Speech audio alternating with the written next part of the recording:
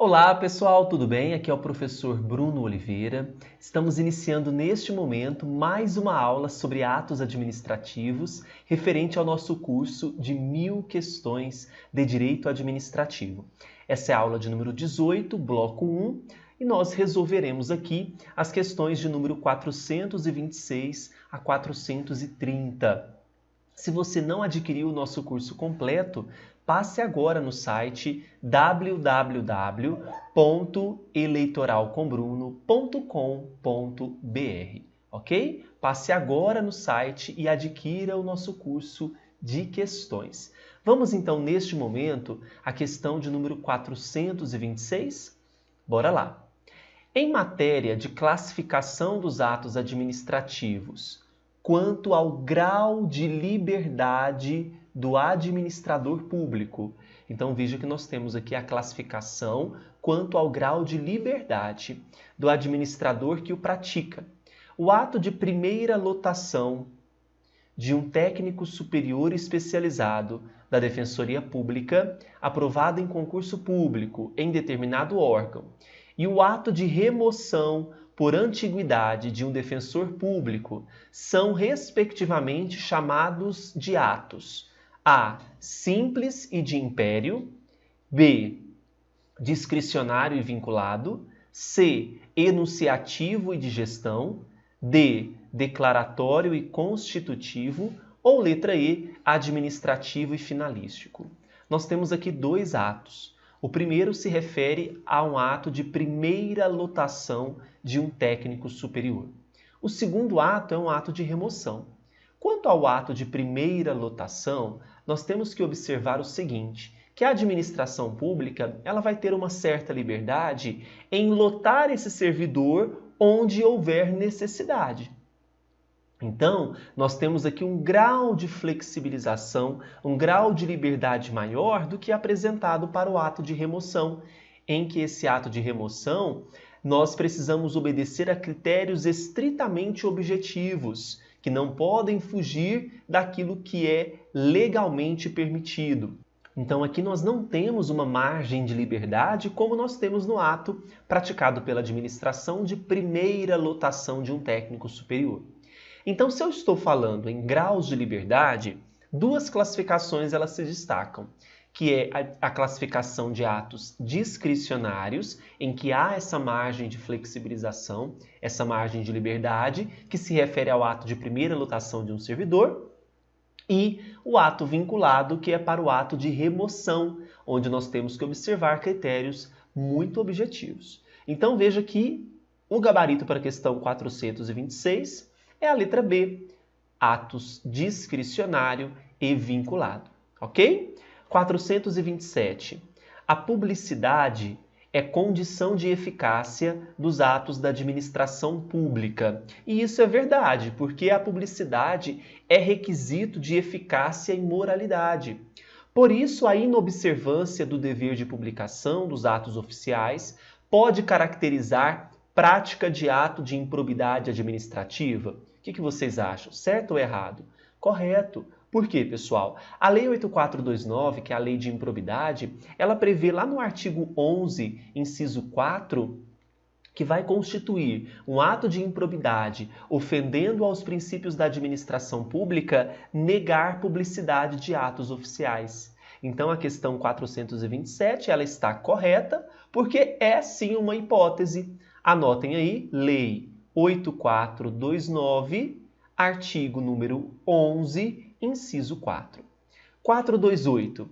Assinale a alternativa correta acerca da extinção, desfazimento e sanatória do ato administrativo. Letra A.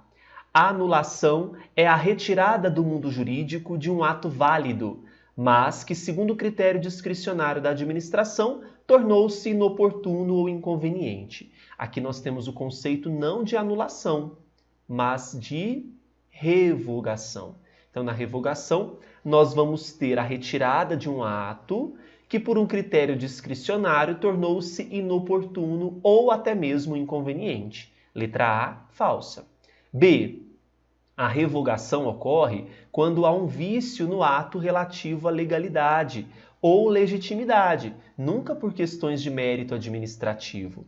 Veja que o conceito aqui, se referindo ao vício na legalidade ou legitimidade, não se trata de revogação. Agora nós vamos ter aqui o aspecto anulatório, o aspecto de anulação. C. A revogação é um ato discricionário e tem como critério a conveniência e oportunidade. Se você entendeu o que prevê a letra A, você responderia corretamente a letra C. D. A extinção objetiva do ato se dá pelo desaparecimento do sujeito detentor do benefício do ato. Não. Se dá pelo desaparecimento, pela perda do objeto e não do sujeito detentor. Falsa letra D. Então anote aí que a letra D se dá pela perda do objeto. E a designação de ato administrativo abrange toda a atividade desempenhada pela administração. Não, pelo contrário. Somente apenas a atividade que tem relação com aquele ato e não toda a atividade desempenhada pela administração. Tá? Então a letra E está incorreta e como estávamos buscando a correta, o gabarito é a letra C. 429. O ato administrativo praticado com desvio de finalidade pode ser convalidado pela administração pública, desde que não haja lesão ao interesse público nem prejuízo a terceiros. Primeiro, que para que ocorra a convalidação ela vai atingir somente a competência e a forma. O desvio de finalidade é um vício insanável, portanto, não poderá ser convalidado pela administração pública. Então, anote aí, a convalidação ela vai atingir a competência e a forma, a finalidade jamais. Tá bom? 430. Assinale a alternativa incorreta acerca dos atos administrativos. A. Os atos administrativos têm origem no Estado ou em agentes investidos de prerrogativas estatais. Muito bem, ora o Estado, ora aquelas pessoas que são investidas de funções prerrogativas por parte do Estado. Correta a letra A. B. Todo ato praticado no exercício da função administrativa consiste em ato da administração. Maravilha. C. A morte de um funcionário que gera vacância de um cargo não é considerada um ato administrativo, porque a morte é um instituto natural, não é? É um aspecto natural, não foi um ato da administração que gerou a morte. Então, letra C está correta.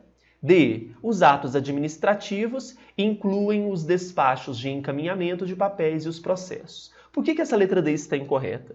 Porque existem aqueles atos que vão produzir ou não efeitos jurídicos, certo? Os atos que não produzem efeitos jurídicos, eles se classificam em atos materiais ou atos meramente enunciativos ou de conhecimento, que é o caso dos despachos de encaminhamentos de papéis e processos. Então aqui nós temos que não é um ato administrativo, incluindo esses despachos de encaminhamento de papéis e processos. Falsa letra D. E letra E, os fatos administrativos não admitem nem anulação nem revogação. Muito bem, os atos administrativos admitem. O fato, não. O ato é o que precede o fato administrativo. Então, letra I está correta. A incorreta é a letra D. Assim, nós fechamos o primeiro bloquinho. Para adquirir o curso completo, passe agora no site eleitoralcombruno.com.br. Bons estudos para vocês, curtam esse vídeo e até o próximo. Tchau, tchau!